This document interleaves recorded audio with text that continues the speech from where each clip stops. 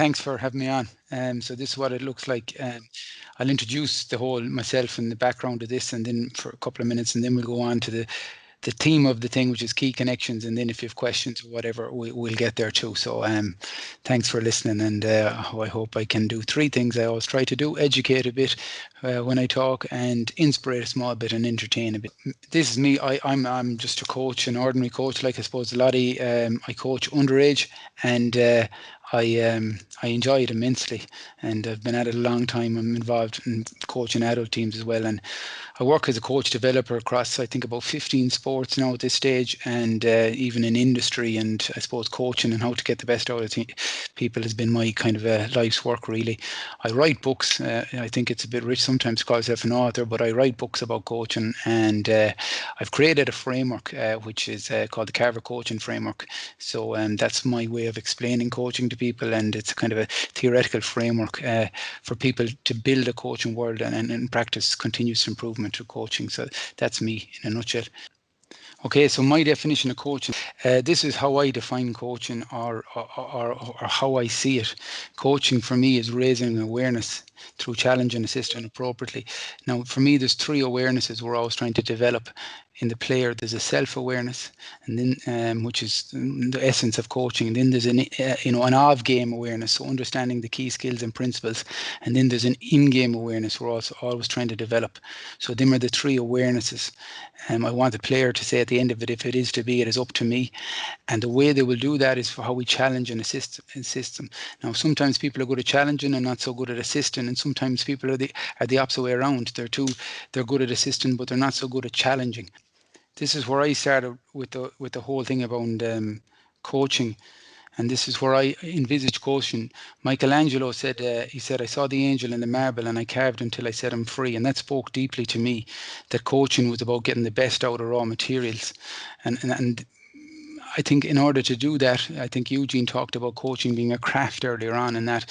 And I think in order to do that, the coach needs a set of lenses, or she needs a set of lenses to see things for how they could be. So to see perspective on what we can get out of the raw material that's in front of us. So yeah, this is my CARVER framework. This is what I've used to practice coaching and to try and explain coaching to people. It's 6 elements that spell the word CARVER, and the premise of it is that coaching is about getting the best out of people. It's a craft, as Eugene referenced earlier, and in order to do that, you need tools, perspectives and skills. So the coach is a craftsman, and the job is educare is the Latin word for education, which means to draw out or to lead out. And to do that, we are there's 6 areas I feel. Today I'm just going to talk about the connection piece, and I think we should get there with it. So let's just see now. I've clicked there. So the first, Brené Brown is one of the world's researchers on courage and effort and shame and vulnerability and stuff. And she goes, connection is why we're here. We are hardwired to connect with others. It gives us purpose and meaning to our lives, and without us, they're suffering. So for me, the first connection the coach must make is with the player. Coaching, for me, is an interpersonal relationship, and I've heard it described before as like every interaction is a thread, and if we look at it like that, we can lay a thread on top of a thread on top of a thread until eventually we have a big rope. And when the rope becomes big, fat and strong, well, we can pull it tightly and stretch it, because coaching ultimately is about stretching people and getting them out of their comfort zone to excel and improve. So that interpersonal relationship is really important. So I think to develop a relationship, you can have tools and skills. Again, I'm going to kind of walk through or run through tools that I would use. Anytime you see up here a tool, that's it. So this is a questionnaire I would use. I've used with 14s, 15s at the start of the year to accelerate the learning or my understanding of where they're at.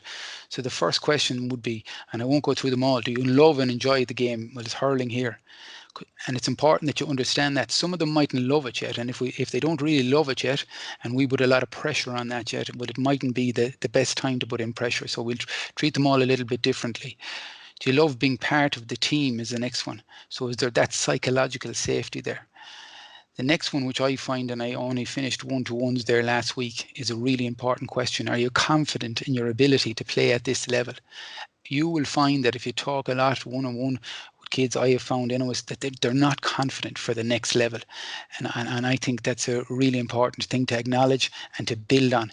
And then, are you a good teammate? So we go back to my reference of what is coaching. It's raising awareness. So the questions raise the awareness.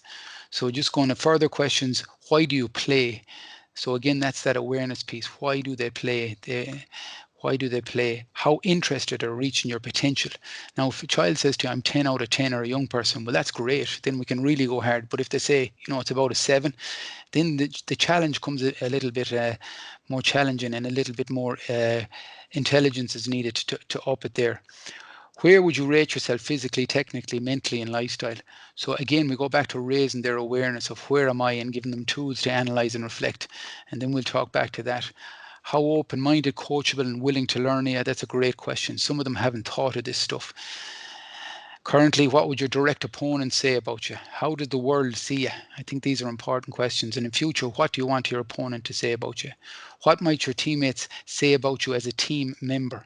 So we go back to that awareness piece, and to get an insight into them.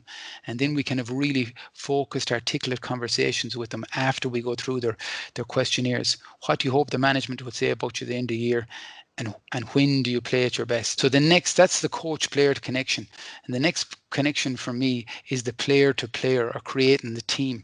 In unity is strength is a phrase I use with every team I ever bring together. So how can we create that bond, or that unity, that type deep connection? So we have to understand what a team are, what are some of the characteristics or qualities of a good team. And Google have spent 2 years researching what were the characteristics of their good teams. So structure and clarity was important, right? Meaning, what is this about? What are we trying to achieve? And then psychological safety is another thing, an important element of a team. So you're free to be yourself. So this would be a tool maybe sometimes I would use for rating ourselves as a team and understanding where we are. And these are also some of the characteristics of a good team. And I just flash up some of them. And hopefully it comes, yeah. Good leadership. I think attitude reflects leadership. So it is the coach's responsibility to lead. And I think that's really important. Risk allowed, no blame. Clear role and responsibilities. So these are the characteristics of teams. High quality skills. I'm a big man for the skills. If we give them and help them get the skills of the game, I think it's really going to give them the capacity to access the game long term at a high level. So that's a really important part to me. Again, unity of purpose. So, and clear personal goals as well. So these are all things that teams have. So how can we go about that to create that connection? Well, this is an example of how we might create a kind of a coaching world, or do a team charter at the beginning of the years, and questions that we might use with a team. And this will give them an insight. So this is something I did with my under 14s a couple of 2 years ago, and I show you how we would have evolved.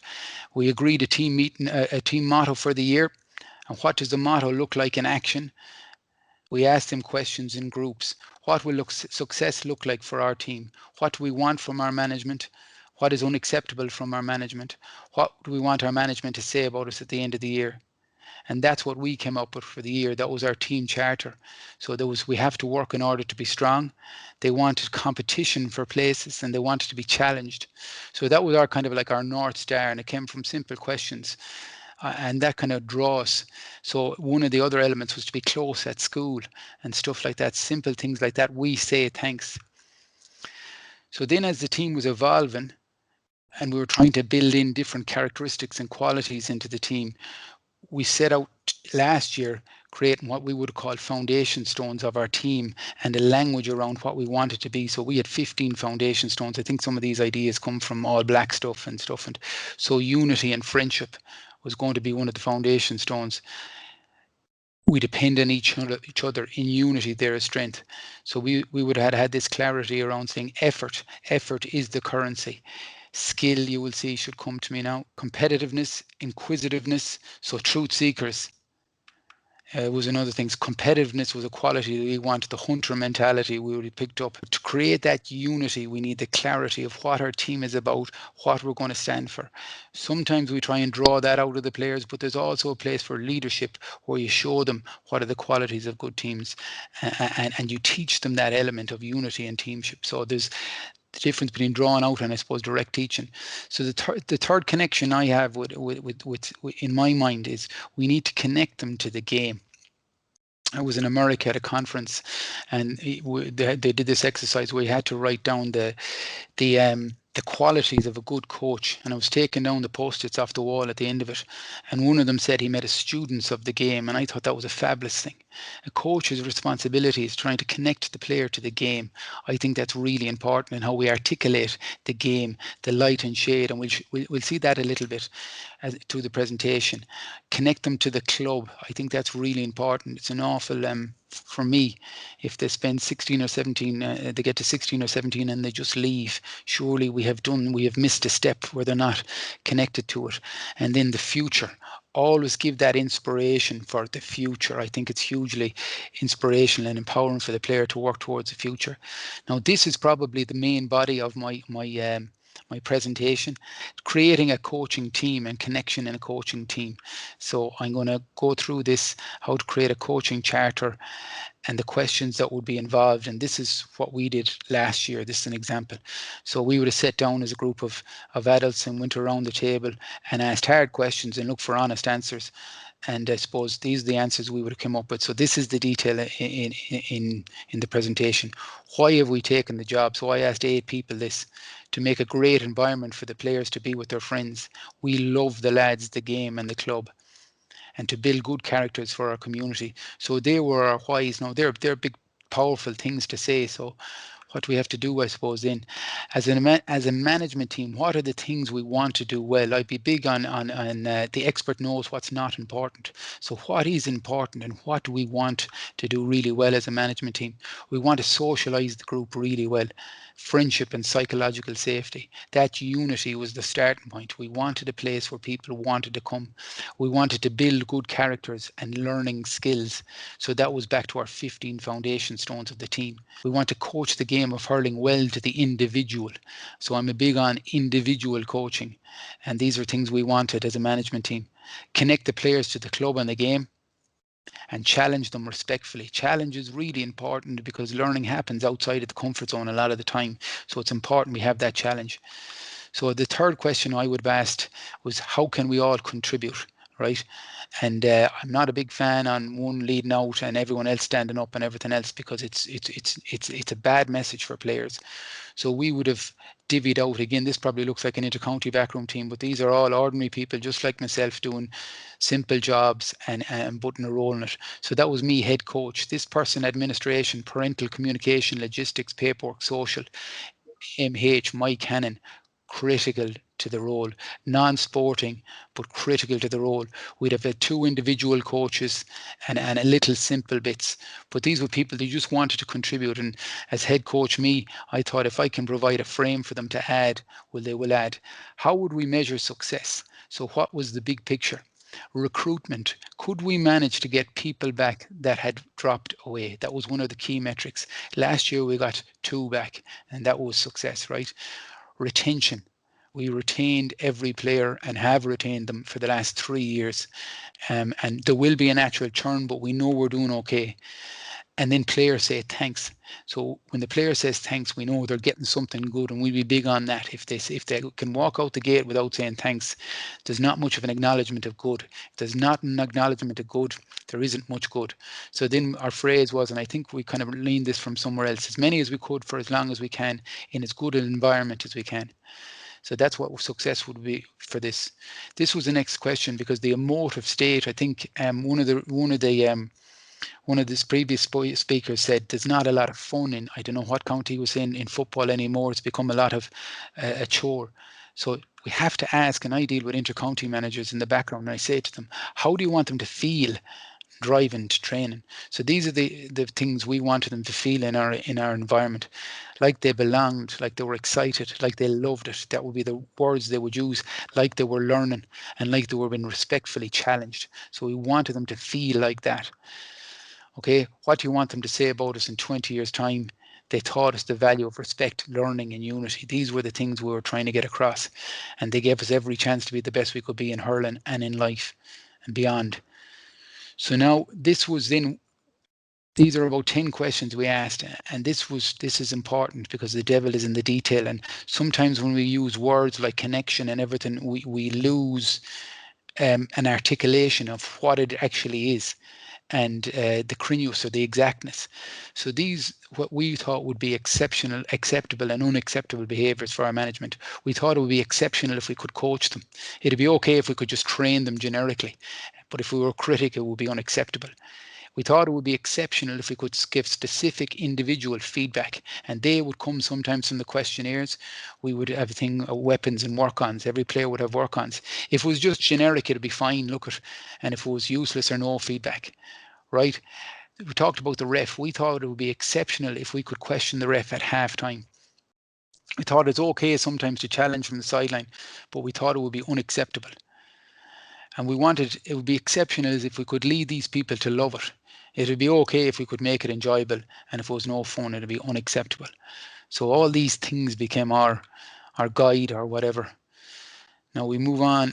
This would come from our player pathway. What type of player did we want to produce? That's Bruce Lee. It was be water, my friend. It can flow and it can crash. You put it in the teacup, it becomes the teacup.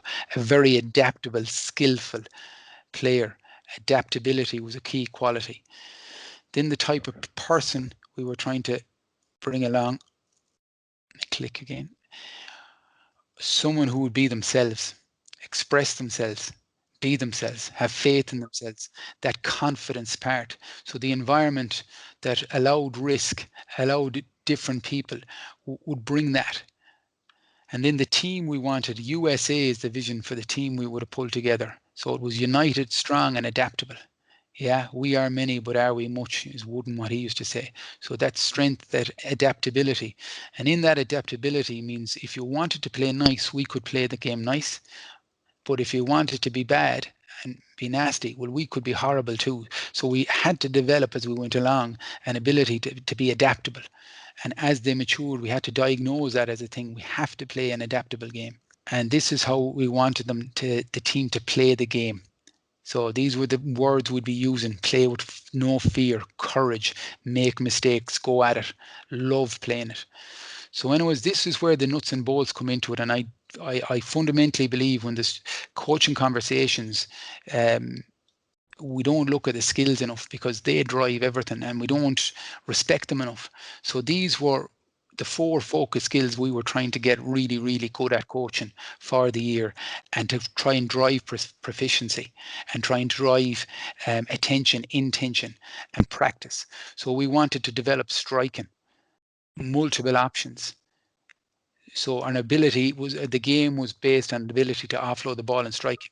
We wanted to catch as a preference. We wanted to master jab lifts, and we wanted to tackle really well. So then our management team would have to come up with key coaching points and cues for each skill. So we would have worked on that. What are the key coaching points and skills for each of these? And that was really important so that we could talk the one language. The next thing we would have worked on, you know, in any game, there's skills, which are the tools, and there's principles of play, and I suppose then there's kind of systems. So again, this is a kind of a simple principles we were trying to push in through the team. There weren't systems per se, but there were just principles and the language we would use around them.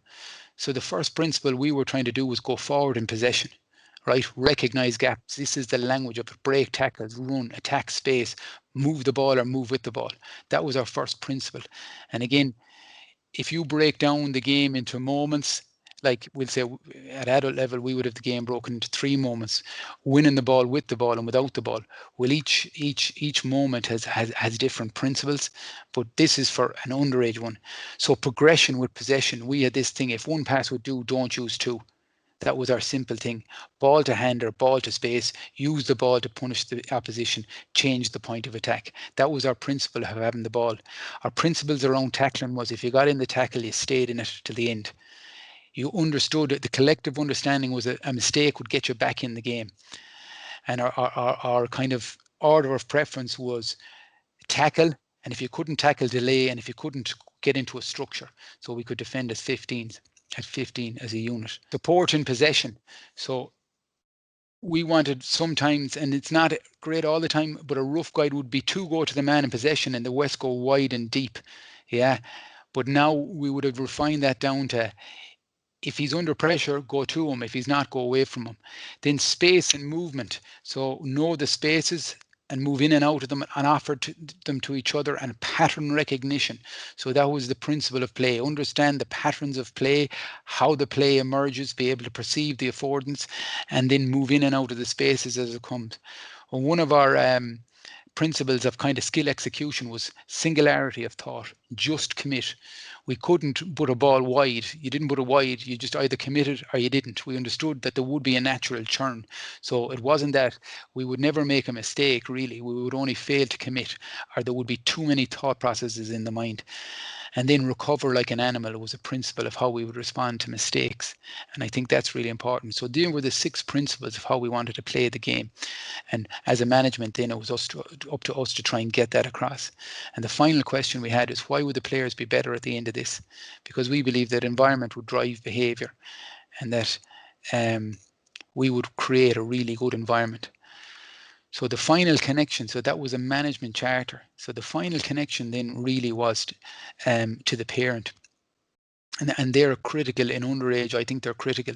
So we were trying to connect the team to the parent. So our players, the charter I went through earlier, they would have presented that back to the parents. And one of the things we had in the team was charter was competition for places is what they wanted. So when they said that to their parents, it's pretty good. You know, it's a good place to start. And then the management team to the parents. So that charter you've seen, which probably went slowly and a bit brokenly, would have been presented back to the parents. And I think when people understand where you're coming from, they support things at a higher level. So you know, it presents the management team as kind of a caring, articulate, and thoughtful people, and with a bit of a purpose, and that's what a good team. So there were 5 key connections: connecting with the player, connecting them to the game, the place, and the future, connecting with your coaches, working together, that unity piece. The one thing you need in any coaching team is loyalty. You can overcome incompetence or anything else, right? But loyalty is so important, and therefore it's important for people to get an input. And them answers you've seen would have been articulated across 8 people. And then we connect with the parents. So then I just threw in this final slide here, and I think we got away with this. It's a good bad effort with the pressure we're under. The final slide was the reflection piece, because if you spend time building these questionnaires and asking the questions and creating player charters and all this stuff, and having management charters and presenting to parents at the start of the year, and you're not reflecting on these elements, well, you're never really going to learn. You're never going to learn what's working, what's not working, and you're never really going to get back to said, you know, this, are we being what we said we would be? You know, so the reflective part drives awareness. So I think there's room for coaches post session to reflect. There's room for the players to reflect on, are they being the type of player? And again, there's tools there, questionnaires and different stuff we can do. The team reflects on their charter.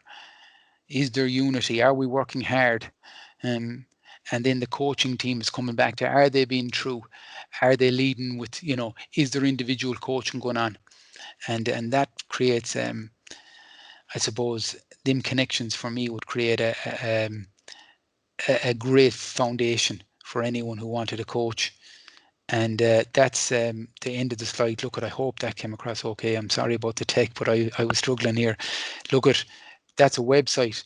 I'd say on my phone number is on it. I'm a big man. If you have a question, don't send me 3-4 emails long. Just ring me and you'll get me, or you'll get me there on Twitter or anything. I suppose this is a bit of a sell. That's the books I wrote there. I think they can help people.